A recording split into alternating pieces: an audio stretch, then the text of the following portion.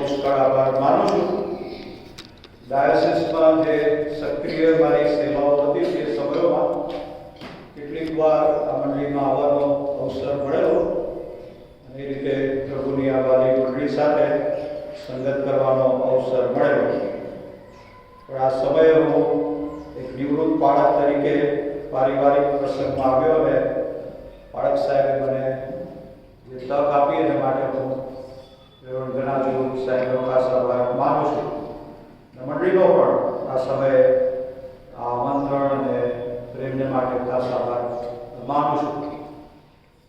રેવન્ડ ગણાજુ સાહેબ અમે લાંબા વર્ષો સિએના ગુજરાત ડાયોસિસમાં વિવિધ સ્તરે સેવાઓ કરી, અલગ અલગ મંડળીઓમાં રહ્યા, પણ જે માળખાકીય અને અન્ય સેવાઓમાં અમારી જે સામેલગીરી અથવા ભાગીદારી એ સાથે હતી એ યાદ કરું છું. ત્યારે પ્રભુના સેવક અને પરિવાર માટે ખાસ આભાર માનું છું.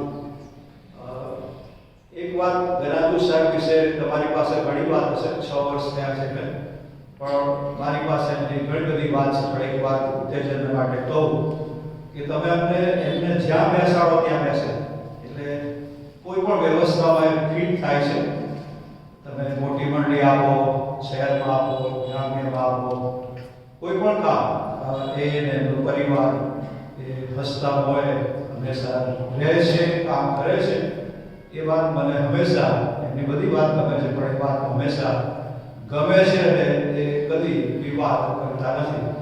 પ્રભુના સેવકને માટે ખાસ હું આભાર માનું છું અને એવા નમ્ર અને સમર્પિત સેવક અને પરિવારને માટે પ્રભુનો ખાસ આભાર માનું છું.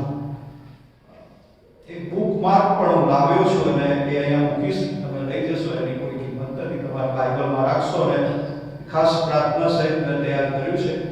તમે લેશો અને તમારું બુક માર્ક તરીકે રાખશો અને પ્રાર્થના પણ કરશો. જે જીવતું પાણી એ દૈનિક મનન પ્રભુએ કૃપા આપીને તૈયાર કર્યું છે. એની કોઈ સાલ નથી, તમે ગમે ત્યારે દર વર્ષે એનો વર્ષો વર્ષ ઉપયોગ કરી શકશો. એટલે આપણે એમાં સાલ લખી નથી, 1 જાન્યુઆરી 20 ઓગસ્ટ, એટલે તમે દર વર્ષે એને રિપીટ કરી શકો. અને બાઇબલના મોટા ભાગના જે શાસ્ત્ર ભાગો એ આમાં લેવામાં આવ્યા છે. એટલે 365 દિવસનું એ દૈનિક મનન છે. ગુજરાતની ઘણી બધી મંડળીઓમાં મોકલવામાં આવ્યું અને લોકોએ એને સારો આવકાર આપ્યો છે. માટે પ્રભુનો આભાર માનું છું. બહુ જૂજ કોપી હું લાવ્યો છું, એટલે જો તમે પ્રાર્થના સહિત લેશો તો મારી ખાતરી છે કે જે સમજણ પ્રભુએ મને આપી એ આમાં મૂકી છે, એ જરૂર તમે વાંચશો ત્યારે તમને પણ પ્રભુ એની આશીષ આપશે. એની ફક્ત કિંમત 100 રૂપિયા રાખી છે. તમે લેશો ને બીજાઓને પણ એમાં ઉત્તેજન આપશો. પ્રાર્થના કરીએ. જીવતા પ્રભુ, અમે વચન સમજવા માંગીએ છીએ ત્યારે તમારી આશીષ કૃપા આપો અને વચનનો જે અર્થ છે એ સમજીએ અને તમારા ઉત્તેજન પામીએ એવી પ્રાર્થના કરીએ છીએ. બોલનાર અને સાંભળનાર બધાને તમારી આશીષથી કરો. દાદા પ્રભુ ઈશ્વરના નામે આમેન. ગીત શાસ્ત્રના પહેલા ગીતના જે વચનો વાંચ્યા, હવે આ ગીત કદાચ અનેક વાર તમે વાંચ્યું હશે, પણ આજે જ્યારે એને જોવા માંગીએ છીએ ત્યારે પ્રભુ આપણે માટે આજે ને આ વર્ષ માટે ને જીવન માટે શું કહેવા માંગે છે એ જોવા માંગીશું. ગીત શાસ્ત્રનું પુસ્તક જો તમે વાંચો, લગભગ તો બધાને ગીત શાસ્ત્ર હંમેશા ગમે છે અને એમાંથી ઘણા બધા ગીતો પણ મોડે રાખીએ છીએ ને જુદા જુદા પ્રસંગો આપણે રિપીટ પણ કરીએ છીએ, દોહરાવીએ છીએ. અને એટલે ગીત શાસ્ત્ર એ સૌથી પ્રિય, બધાનું લગભગ એ પ્રિય પુસ્તક રહ્યું છે. બાઇબલના બીજા પુસ્તકો વિશેની સમજણ આપણી અલગ અલગ હોઈ શકે, પણ ગીત શાસ્ત્રની વાત કરીએ ત્યારે એની અંદર પ્રાર્થનાના ગીતો છે, ઈશ્વર સ્તુતિના ગીતો છે, મધ્યસ્થીની પ્રાર્થનાઓના ગીતો છે, સાથે પ્રભુને સમર્પણ કરવાના ગીતો છે, પ્રભુનું મુખ શોધવાના ગીતો છે. અને પ્રભુ કે જે સર્વોપરી પ્રભુ છે એ દરેક ગીતમાં કેન્દ્રમાં છે. એટલે આ ગીતો એ ઇઝરાયલ પ્રજા એ ઈશ્વરની આરાધના તરીકે આ ગીતોનો ઉપયોગ કરતા હતા. તારવાળા વાજા ઉપર એને ગાવામાં આવતા હતા. અને શરૂઆતની જે ખ્રિસ્તી મંડળી જે પ્રેરિતોના કૃતિઓમાં છે અને પછીની મંડળી એ ખાસ કરીને સતાવણીના સમયોમાં બધા સમયોમાં ગીતશાસ્ત્રના ગીતોનો ઉપયોગ કરતા હતા. એ દ્વારા જે ગીતો છે એનો જે સંદેશ છે એ દ્વારા તેઓ ઉત્તેજન પ્રાપ્ત કરતા હતા.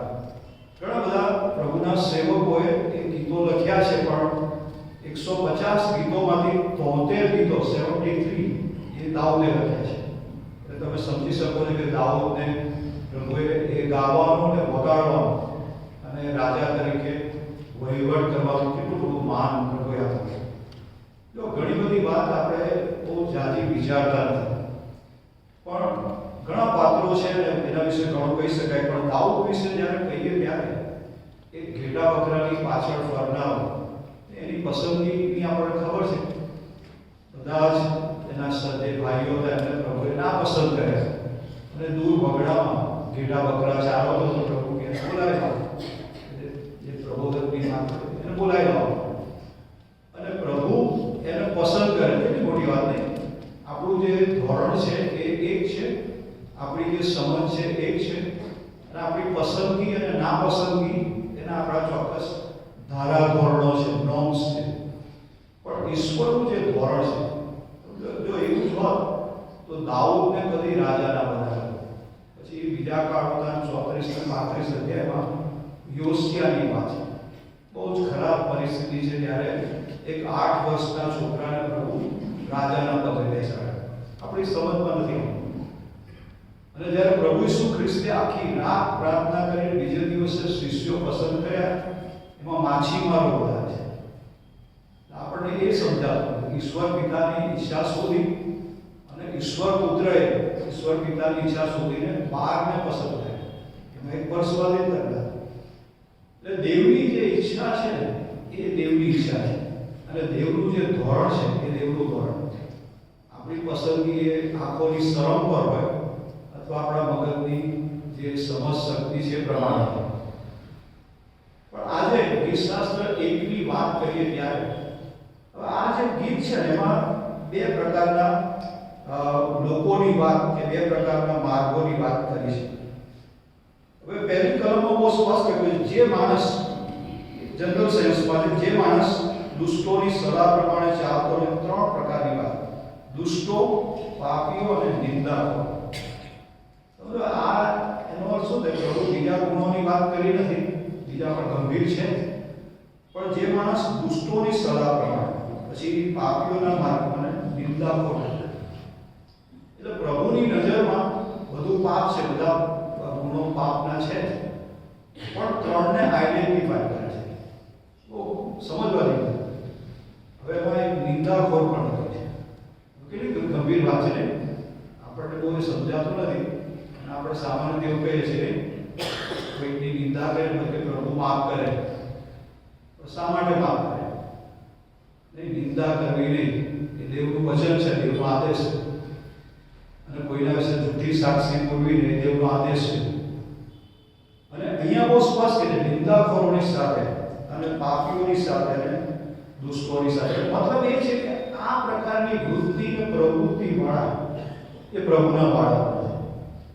જો ઈશ્વર કોણ છે એ આપણને ઉત્પત્તિમાં ને સમગ્ર બાઇબલમાં શીખવા મળે. ઉત્પત્તિના પહેલા 2 અધ્યાય અને પછી બધા પુસ્તકમાં, જૂના કરારમાં, નવા કરારમાં ઈશ્વર કોણ છે સમજાવે છે અને સમજાય છે. અને પ્રભુ ઈસુ ખ્રિસ્તમાં આપણે વિશિષ્ટ રીતે સમજી શકીએ. દેવ કોણ છે? તો દેવ પ્રેમ છે. એ પ્રભુ ઈસુ ખ્રિસ્તના દેહધારીપણામાં આપણે સમજી શકીએ છીએ. હવે એ ઈશ્વર કોણ છે? શુદ્ધ અને પવિત્ર છે, પાપને સાંભળી લેતા નથી. તમે આદમને હવાને પહેલેથી જ કહ્યું કે તમે ખાસો એટલે મરશો જ મરશો, ડેફિનેટ વાત. કદાચ મરશો, પછી જોઈશ, પ્રેમ કરીશ ના. એક પ્રભુનો આદેશ છે, અથવા પ્રભુનું એ મન છે કે પાપને ચલાવી લેવા માંગતા નથી, અને પાપ કરશો તો મરણ છે. હવે આ સ્થિતિમાં આવેલા લોકો, એના જુદા જુદા કેટેગરીઝ છે. એને 3 કેટેગરી બતાવી છે, 3 સ્તર બતાવે છે. દુષ્ટો. હવે તમે કદી કોઈ દુષ્ટને ભલું કરતા જોયો છે? એ આપણે શું કહીએ? દુષ્ટ માણસ એના વિશે કહે. એટલે આપણે શું કહેવા માંગે છે? એ બધા જ પાસામાં એવો છે. મગજથી, હૃદયથી, વિચારથી, એ દુષ્ટ છે. દુષ્ટ એટલે એઝ અ હોલ આખો વ્યક્તિ એ પાપી છે, દુષ્ટ છે. એનો વિચાર દુષ્ટ છે, એની દ્રષ્ટિ દુષ્ટ છે, એનું બેસવું દુષ્ટતાથી ભરેલું આખો વ્યક્તિ. અને પછી કહે છે પાપીઓ. હવે આ એક સીધી વાત છે કે આદમ નવાએ પાપ કર્યું અને એના સંતાનો પાપમાં જન્મ્યા. હવે આનો અર્થ શું થાય કે બધા પાપ કરે છે. પણ બે વાત બહુ સ્પષ્ટ શીખવાની હોય, પ્રભુના બાળકો અને પ્રભુના નહીં. સમજો, ઉત્પત્તિના 6 અધ્યાયમાં સરસ લખ્યું નૂહની વાત. તે જમાનામાં નૂહ ન્યાયી હતો અને નૂહ એ સીધે માર્ગે ચાલતા. ન્યાય માટે જે મૂળ હિબ્રુ ભાષાનો શબ્દ છે એનો અંગ્રેજી શબ્દ છે અપરાઇટ, સીધો ચાલે, આમ જાય એવું નહીં, સીધે માર્ગે જાય. એટલે નૂહ એ જમાનામાં એકલો માણસ. આપણે તો શું કહેવાય બહુ અઘરું છે. પછી શું થાય, બધા સાથે આવું થઈ જાય. ના, એ વાત બરોબર નથી. એટલે આપણે ચલાવવા માંગીએ છીએ. નૂહ એક જ માત્ર, સમજો, એ 6 જણા અને પત્નીઓ 3, 8 જણા. એટલે 8 એટલે પત્નીઓ સાથે 8 જણ, પોતે 2 ને 3 બાળ દીકરાઓ ને 3 પત્નીઓ ને 8 જણ. એટલે 8 જણ અને નૂહ એકલો. હવે એ સમય બહુ ભયંકર છે, બધાને ખબર છે. અને 120 વર્ષ પ્રભુએ એના દ્વારા સંદેશ આપ્યો જગતને, બીજી બાજુ વાણ બનાવવા કોઈ બતાવ્યું. હવે પાપી લોકો છે ને પાપી જગત છે, એમાં એક માણસ, એક પરિવાર. એટલે અહીંયા બહુ સ્પષ્ટ પાપીઓના માર્ગમાં ઉભો રહે. એટલે હેન્ડફુલ થોડાક માણસો છે પ્રભુને ઓળખતા. જો પ્રભુ શું છે, બધા પ્રભુને ઓળખે.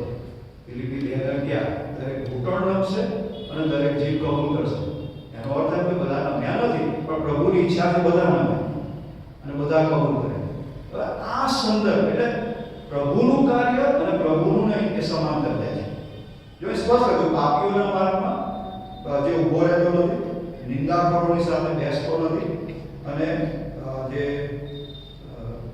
નિંદાખોરોની સાથે બેસતો નથી, પાપીઓના અને દુષ્ટ માણસ, મતલબ એનું એક્ઝિસ્ટન્સ આપણી આસપાસ છે. જો આ બહુ સ્પષ્ટ વાત છે કે આપણે શું કરવું અને શું ના કરવું. દરેકને પોતાના જીવનની એ ખબર છે કે ભાઈ આમ કરીશું તો આમ થશે. અને બાળકોને કહીએ છીએ કે તમે સરખું નહીં પડતો ને પાસ થશો, અમુક મહેનત નહીં કરો તો ટકા ઓછા આવશે. એ ખબર છે, એટલે આપણે પ્રમાણે રહીએ છીએ, જીવીએ છીએ ને એને અનુરૂપ કામ કરીએ છીએ. અને વિશ્વાસીનું જીવન આ જૂના કરારની વાત, પણ નવા કરારના સંદર્ભમાં અને બાઇબલના સંદર્ભમાં બંને સાથે જાય છે. જો કડવા દાણા અને સારા દાણા બે સાથે ઉગ્યા, પછી શું કહે પ્રભુ કડવા દાણા કાઢી નાખી? તો કે ના, બંનેને સાથે બતાવો, એકને વખારમાં ને એકને અગ્નિમાં. એ છેલ્લે એટલે બંનેનું અસ્તિત્વ સાથે છે, પ્રભુના અને પ્રભુના નહીં. ઘણી વાર આપણે એવું લાગે બધા પ્રભુના. એ કોણ કહે છે? આપણે કહીએ છીએ. બાઇબલ શું કહે છે? બંનેનું અસ્તિત્વ સાથે, સારા અને ખરાબ, પ્રભુના અને પ્રભુના નહીં. એટલે અહીંયા આગળ બહુ સ્પષ્ટ છે જે લોકો થોડા છે, કેટલા છે, અલગ વાત છે, પણ આ લોકોની સાથે, જે દુષ્ટોની સાથે, પાપીઓની સાથે અને નિંદાખોરોની સાથે કોઈ પણ પ્રકારનો સંબંધ રાખ, મતલબ એ લાઈન પર નથી. એનો અર્થ શું થાય કે પ્રભુના બાળકોનો એક માર્ગ છે. હવે પ્રભુ ઈસુ ખ્રિસ્તે સરસ કહ્યું યોહાન 14માં, આઈ એમ ધી વે, માર્ગ, સત્ય અને જીવન હું છું. બહુ માર્ગોમાંનો એક છે ને, હું જ એકલો માર્ગ છું અને બીજો કોઈ માર્ગ નથી. અને એ પ્રભુ ઈસુ ખ્રિસ્ત માથી 5, 6, 7 અધ્યાયમાં સરસ છે બે માર્ગની વાત. બંને માર્ગ સાથે છે. જેઓને તે જડે છે તેઓ થોડા છે જીવનનો માર્ગ, અને જીવનમાં તે સાંકડો માર્ગ અને ચોળો માર્ગ, એના પર ઘણા થઈને જાય છે. બહુ બધા જતા એટલે આપણે શું કહેવાય, બધા જાય છે તો સાચું જશે એવું જરૂરી નથી. બહુ બધા લોકો જાય કે એ ખરું છે એવું કહી ના શકાય. તે માર્ગ નાશમાં લઈ જાય છે. માથી 5, 6 સાથે જે માર્ગ, બે માર્ગની વાત છે. હવે એ અસ્તિત્વ સહઅસ્તિત્વ સાથે છે. એટલે પ્રભુનું વચન ગીતની શરૂઆતે અથવા ગીતશાસ્ત્રની શરૂઆતે બહુ સ્પષ્ટ છે. આ બંને સાથે છે. એટલે પ્રભુની મંડળીમાં પ્રભુને ઓળખનારની વાત કરી એટલે પ્રભુ સાથેના જીવાળ સંબંધમાં આવેલા, તારણ પામેલા. હવે જો આ બહુ જરૂરી છે, કારણ કે હું ખ્રિસ્તી કુટુંબમાં જન્મી ગયો, મેં કે તમે કંઈ કર્યું નથી. પ્રભુએ મૂક્યા, યોગ્ય સમયે જન્મી ગયા. એમાં આપણે શું કર્યું? આપણે કશું નહીં કર્યું. પ્રભુએ જન્મ આપ્યો અને જન્મી ગયા. આ માન, આ બાપ, તમારા જે માન બાપ હોય, સૌના જે મા બાપ, એ પ્રભુએ આપ્યા. હવે એની સાથે હું ખ્રિસ્તનો બની જતો નથી કે ખ્રિસ્તની બની જતી નથી. એ સગડાએ પાપ કર્યો. રોમી 3:23 અને 6:23. અને પાપનો મુસારો મરણ. એ પાપનો મુસારો મરણ છે. વેતન 30 દિવસ પછી 50,000 પગાર હોય અને આખું જીવન પાપમાં જીવીએ તો મરણ, એનો પગાર. એટલે પાપમાં રહીએ છીએ. જો જન્મીએ છીએ બે બાબત, એક દૈહિક જીવન અને આત્મિક જીવન. દૈહિક રીતે ડોક્ટર તરત જાહેર કરે છે, ભાઈ તમારું બાળક તંદુરસ્ત છે, બધી ગયું. ભાઈ આત્મિક જીવન કહેતો નથી. આત્મિક જીવન કોણ કહે છે? બાઇબલ.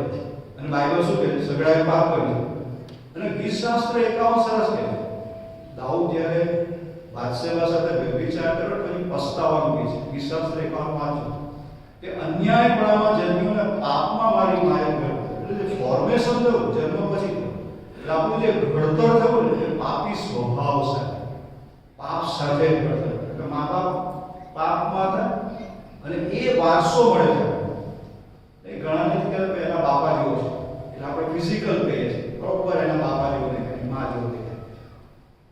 પણ આત્મિક રીતે એ જે આદમ આપણો બાપ છે ને, હવા આપણી માં છે ને, એ વારસામાં ઉતરી આવ્યો પાપ.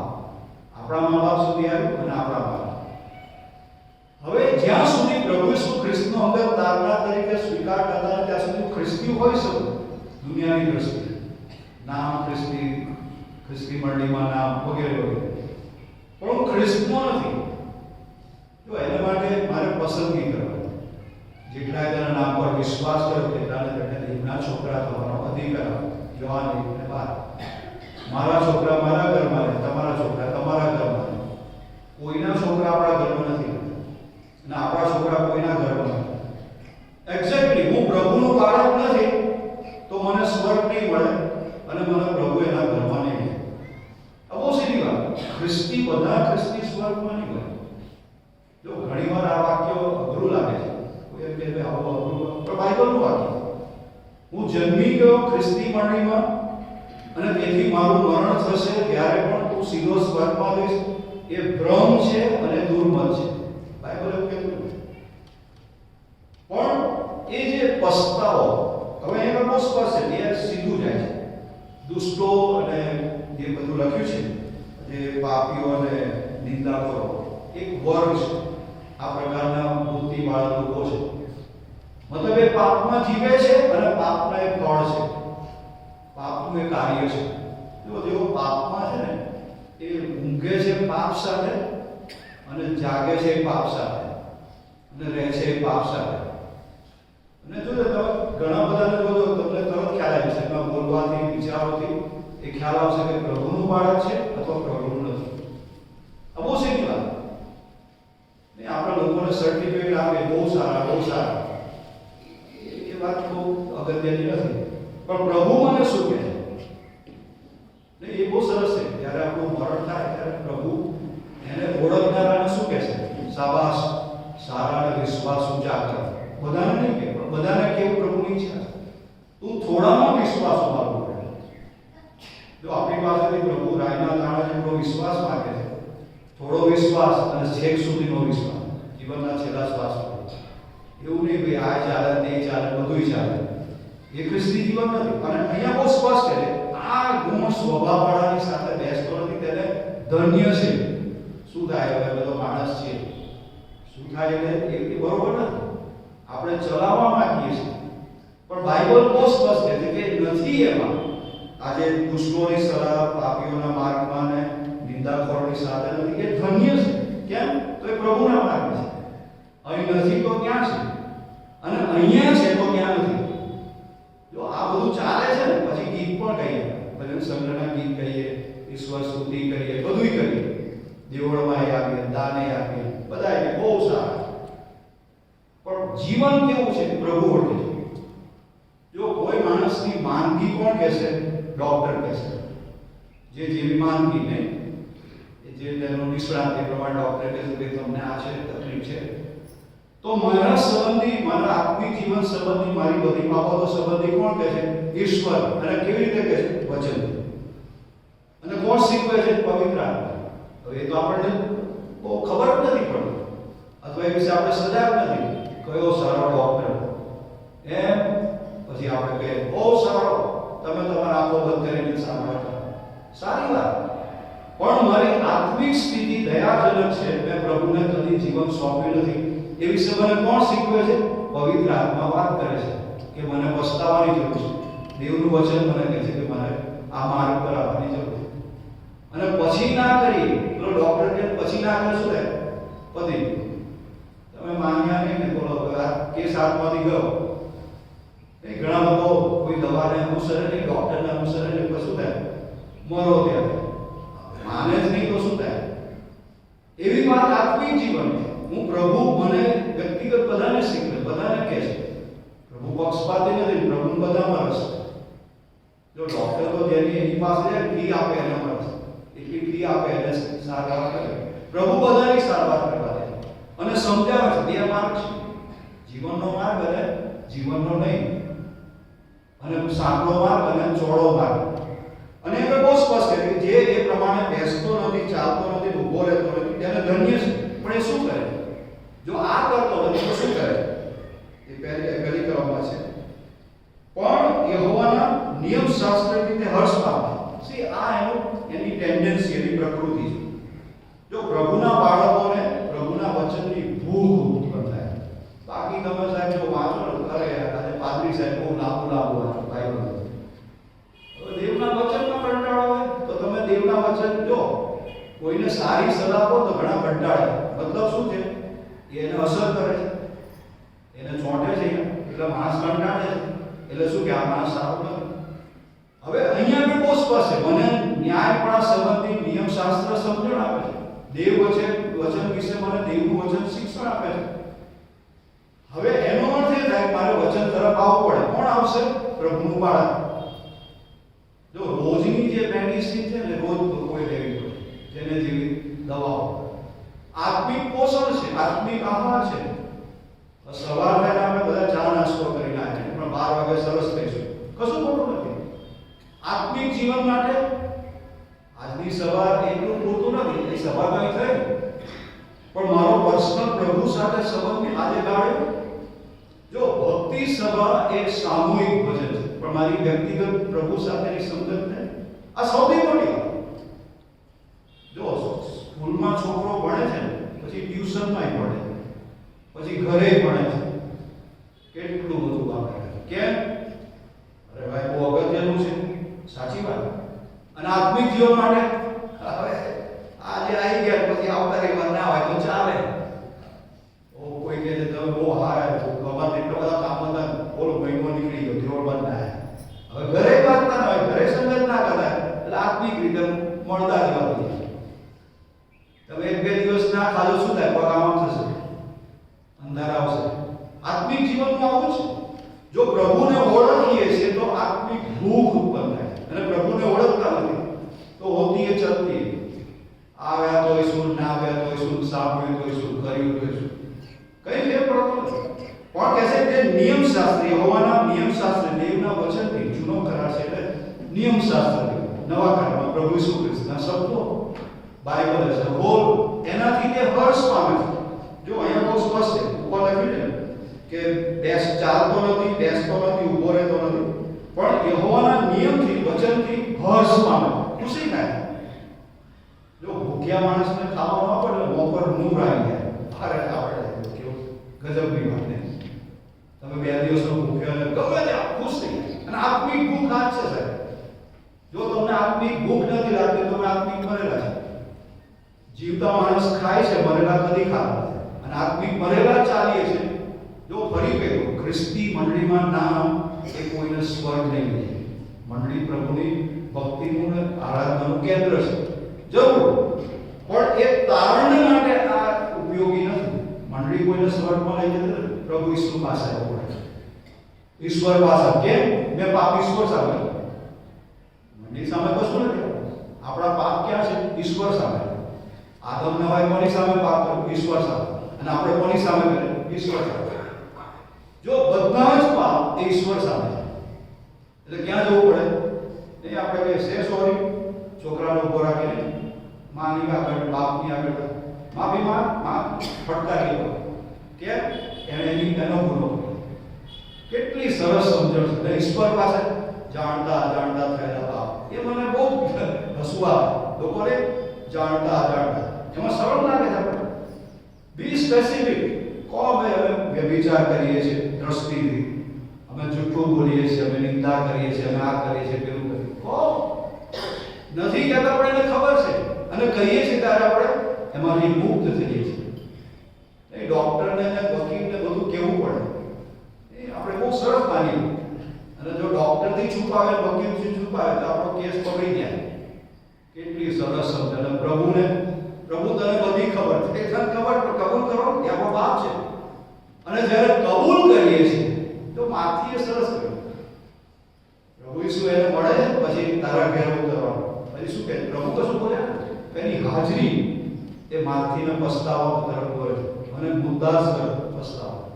જો કોઈનું મેં અન્યાયથી પડાવ્યું, ઘણા અન્યાયથી પડાવ્યો છે. આ બહુ સ્પષ્ટ. પ્રભુની હાજરી મારી સાથે છે, તમારી સાથે છે. જ્યાં છું ત્યાં એ હાજરી મને શું શીખવે છે?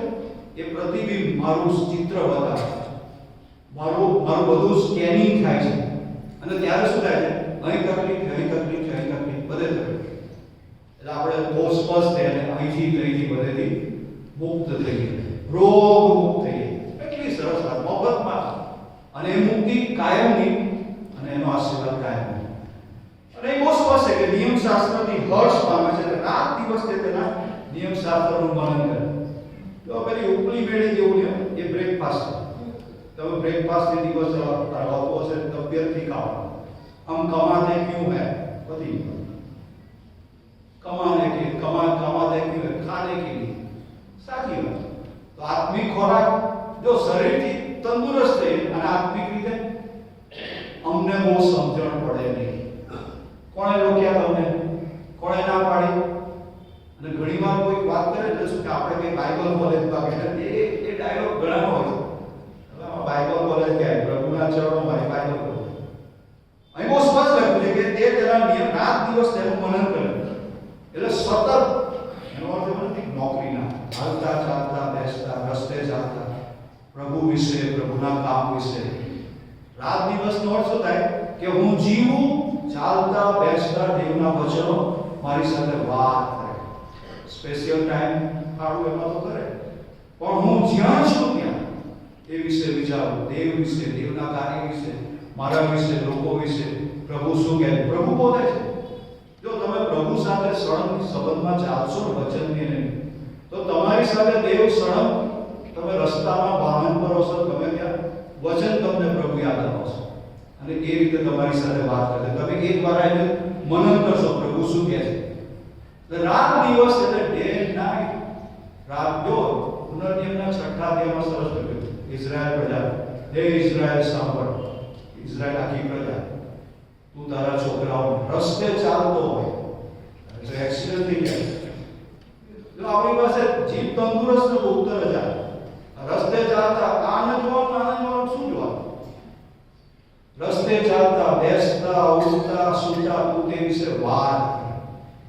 મતલબ એ સળંગ જતી વાત. જો શ્વાસોશ્વાસ છે ને, ઊંઘમાં લોકો બોલે છે. એ આપણે તો શું કરતા રહે? ઊંઘમાં શ્વાસ ધબકારો છે.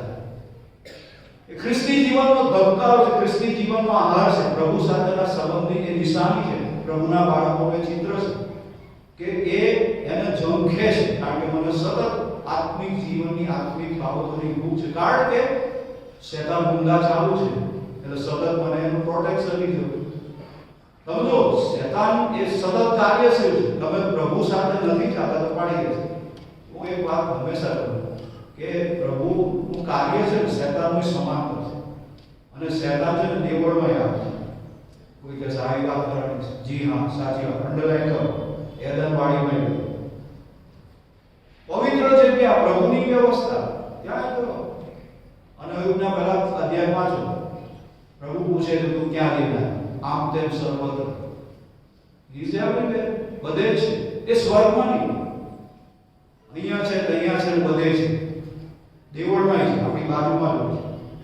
બાજુવાળા એમ નહીં કર્યા, વેરી નેક્સ્ટ આપણી તરફ પાસે, આપણી સાથે.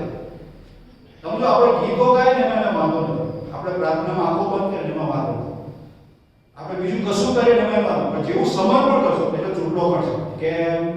તું તો સારો છે, તને શી જરૂર છે, તું તો પેલા કરતા સારો, તારો પરિવાર તો બહુ સારો છે. એટલે સેલ્ફ રાઇચિયસ કે સ્વ ન્યાય પણ એ જાહેર કરાવશે. પણ દેવનું વચન રાત દિવસ મનન કરે છે ત્યારે મને પ્રભુ કરેક્ટ કરે છે, એ દ્વારા મારી જરૂરિયાતના સંદર્ભમાં બોલે છે, મને સમજાવે છે મારી શું જરૂર છે, મારે શું કરવાનું, શું નહીં કરવાનું. અને પ્રભુના બાળકો એ રાત દિવસ મનન કરે છે અને પછી એની સ્થિતિ જો નદીની પાસે રોપાયેલા ઝાડના જેવું પાકી સાહેબ ઉનાળો આવે ને પાંદડા કરી જાય, બધું કરી જાય. અને આ આત્મિક જીવનની નિશાની નદીની પાસે રોપાયેલા ઝાડના રૂપક છે, એલેગોરી. અને એવા વ્યક્તિ એ પ્રભુમાં રોપાયેલા છે, એના મૂળ પ્રભુમાં નોંધાય છે, જ્યાંથી એને રસ પોષણ મળે. નદી એક રૂપક છે, વિશ્વાસ એમાં જોડાયેલો છે પ્રભુમાં, તો એને પ્રભુ તરફથી તમામ પ્રકારનું આત્મિક પોષણ મળે છે. અને એના પાંદડા એના ફળ પોતાની ઋતુ પ્રમાણે આપે છે, અને જેના પાંદડા કદી પણ ચીકડાતા. યોહાન 15 બહુ સરસ એ ડાળીની વેલાની વાત છે. મારો બાપ માળી છે, હું ડાળી છું, જે કોઈ મારામાં અને હું તેનામાં તે જ ઘણા ફળ આપે.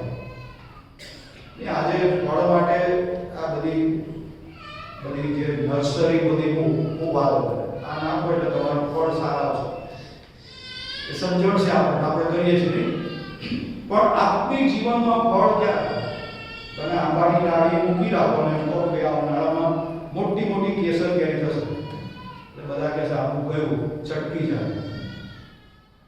એ જ રીતે વ્યક્તિગત હું પ્રભુ સાથેના સંબંધમાં નથી તો પ્રભુમાં નથી, હું મરેલો છું અને ફળ ઉપજાવી શકું. અને પ્રભુને એવા ફળ વગરના જીવનની કોઈ એને આશા નથી અથવા એને જરૂર નથી. પણ પ્રભુ એના વચનથી કહે છે કે હું ને તમે એનામાં મેળવે, જે મારામાં હું તેનામાં, તે જ ઘણા ફળ આપે છે. અને આ કેટલી જરૂરી વાત કે હું પૃથ્વી પર આવ્યો. આ એક વાત બહુ સરસ કે મેં મા બાપ પસંદ કર્યા નહીં, અને મા બાપ ખ્રિસ્તીય હતા એ મેં પસંદ કર્યો. તમે દાહોદમાં જન્મ્યા, કોઈ અમદાવાદમાં જન્મ્યા, કોઈ ખેડામાં જન્મ્યા, એ પ્રભુની વ્યવસ્થા. પણ હવે એ બધું પતી ગયું, આત્મિક મરણ સાથે આવે. પણ જે તારણ છે એ હું પસંદ કર્યો. દૈહિક જન્મ એ પ્રભુએ, આત્મિક જન્મ એ હું ને તમે હા કે ના કહી શકીએ. યોહાન 3 નિકોદેમસ પ્રભુની પાસે એક રાત રહ્યા. એ સાનેદ્રીન સભાનો એ માનવંતો સભ્ય હતો, અને સાનેદ્રીન સભાએ યહૂદી પ્રજાની સુપ્રીમ કોર્ટ 70 વડીલો એ નિર્ણય કરે ફાઇનલ. એમાં જ પેલો આનાસ ને કાયાપાસ બે હમણાં કહીશું આપણે, ઈશ્વર આવશે, આનાસ કાયાપાસ ન્યાયાધીશોની સભા, એ 70 વડીલો. તો એનો એક માણસ બહુ અગત્યનો માણસ, નિયમશાસ્ત્ર જાણે, પાડે અને પડાવે. લોકો એને સલામી આપે, જાય તો જગ્યા કરે, મોટો માણસ. પણ પ્રભુ ઈસુ ખ્રિસ્ત કહે એ જુદી જુદી વાત લઈને આવે.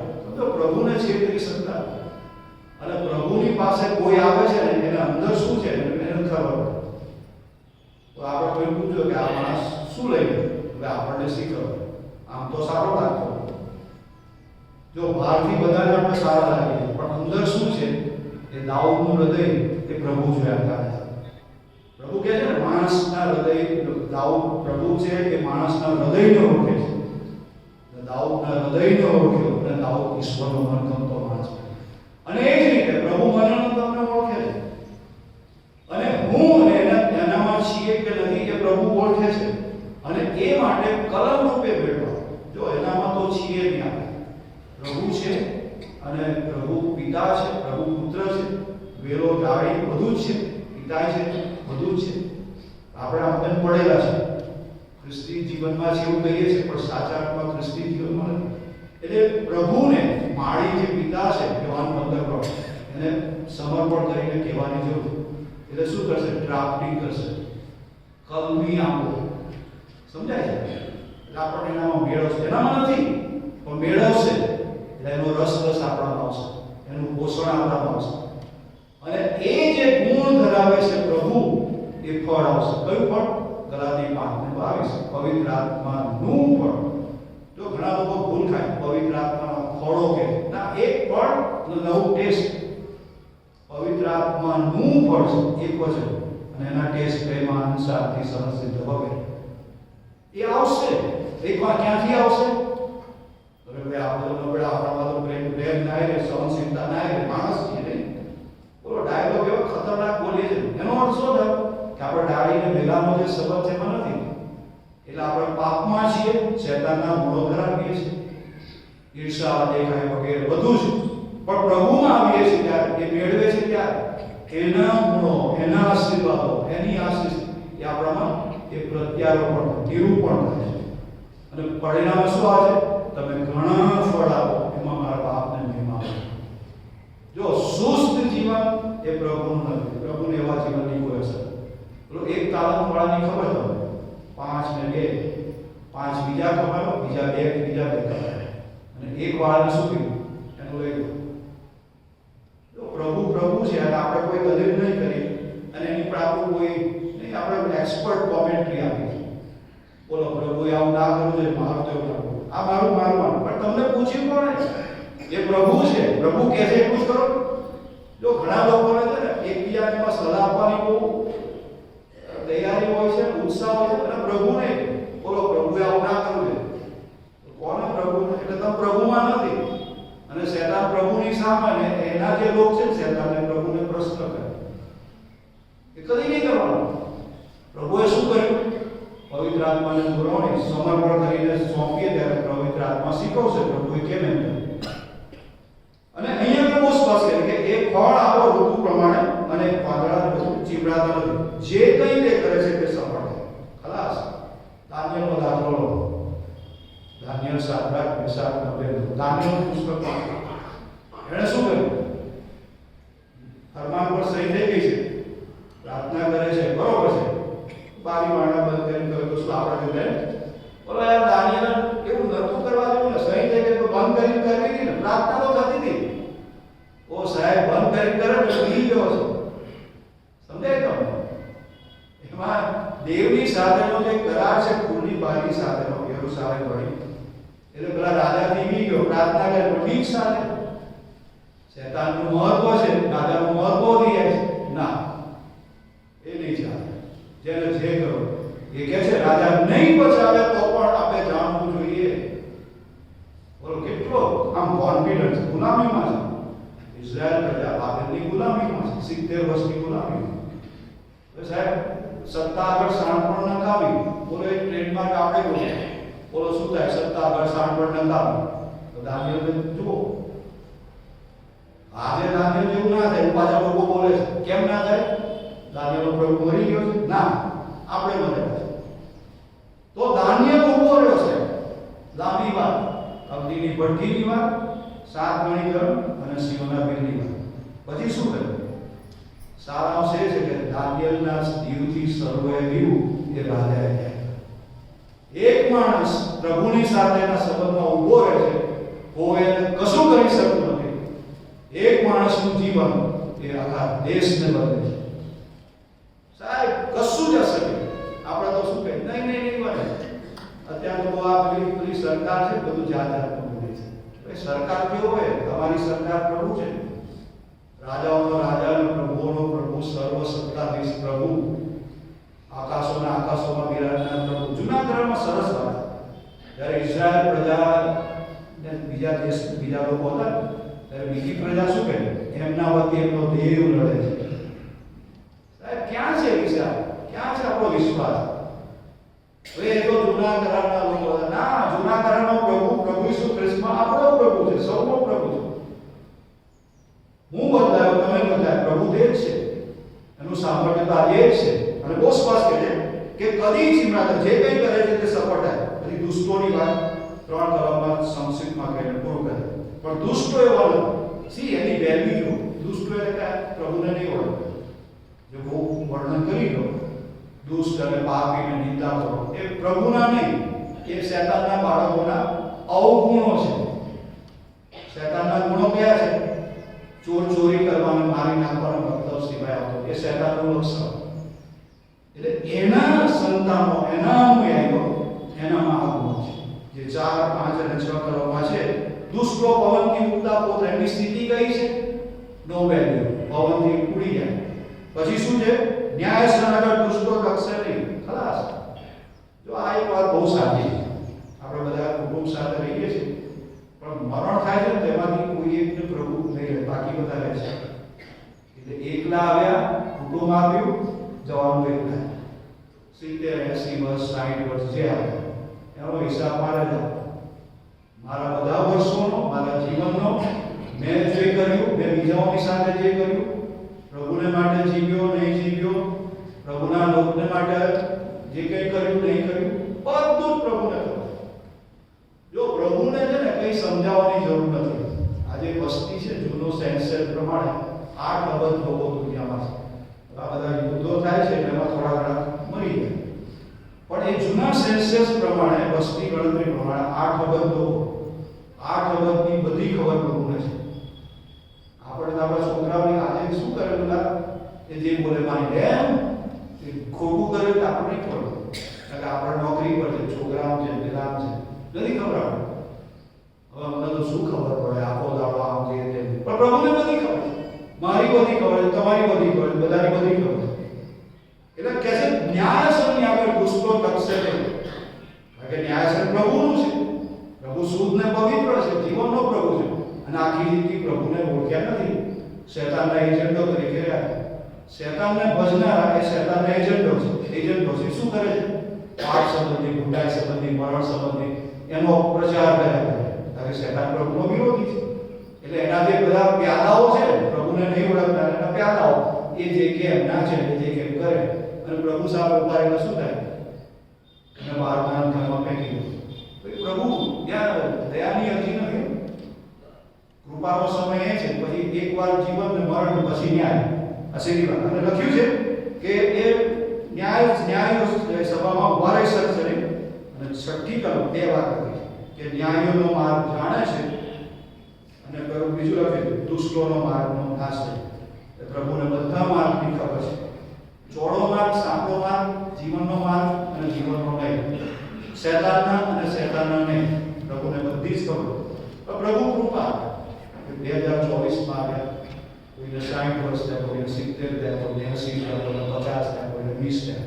એ બહુ મોટી વાત. પણ આપણો પ્રવાસનો ઘણો સમય પ્રભુને લીધાથી લઈને ચાલ્યા. Praise the lord. પ્રભુના આભાર. પ્રભુની ઈચ્છામાં ચાલ્યા અને વચન દ્વારા દોરવણી માંગી. તો જેઓ આના પર આધાર રાખે છે, એ આના લેખક પવિત્ર આત્મા પર આધાર રાખે. સમજો, પુસ્તક વાંચો ને પછી સાહેબો પર આધાર રાખો. 10મા અને 12માની વાત કરીએ એટલે સાયન્સનું પુસ્તક હોય એટલે સાયન્સના સાહેબ કેમ કરીએ, આ સાહેબ બહુ હોશિયાર હોય, 80% આવશે, 90% આવશે. જીવનની વાત જાણવી હોય અને જીવનનો આશીર્વાદ મેળવવો હોય તો આ પુસ્તક અને આ પુસ્તકના લેખક પવિત્ર આત્મા શું કહે છે એ સ્વીકારો. 100% રિઝલ્ટ આવશે. અહીં કોઈને 100% નથી આવતા, પર્સન્ટાઇલ આવે છે એટલે 100% નથી. પણ આને સ્વીકારવાથી મને ખ્યાલ આવશે કે હું કોણ છું, ક્યાં છું અને મને શેની જરૂર. ડોક્ટર પાસે જાઓ એટલે શું કે ભાઈ તમને હવે આ અઠવાડિયાનો કોર્સ કરવો પડશે, જે બી માંગવું. પછી ખાવાનું તો કે આટલું ખાધું ને આટલું નહીં ખાધું. આત્મિક જીવન માટે ઉઠ્યા, બેઠા અને ચાલ્યા અને ફરી પાછું ખાધું, મૂકી ગયા, દાણામાં જે કરવું એ કર્યું. એ જીવન નથી. પ્રાણી ખાય છે, પ્રાણી ફરે છે, પ્રાણીને બચ્ચા થાય છે અને પ્રાણી મરી જાય છે. આપણા મનમાં કોઈ ફેર છે? જી હા, ફેર છે.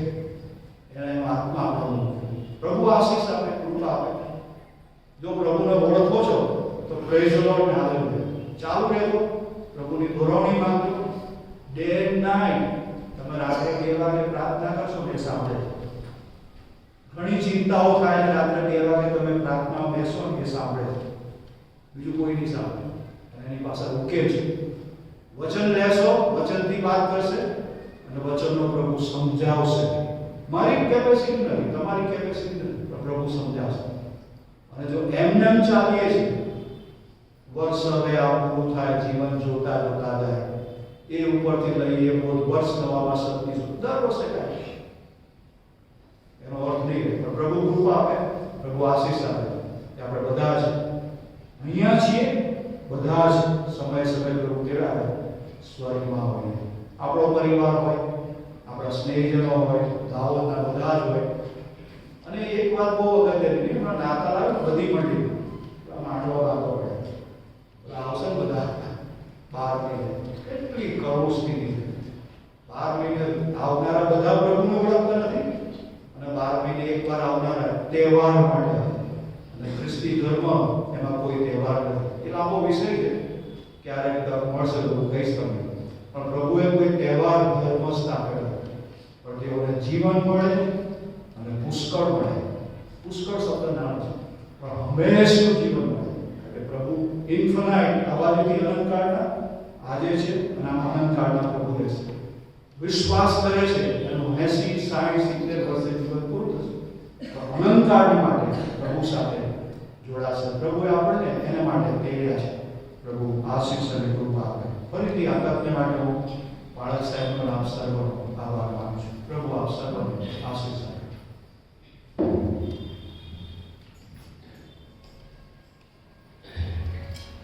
પ્રભુને ધન્યવાદ આપીએ છીએ. વચનના પ્રકાશમાં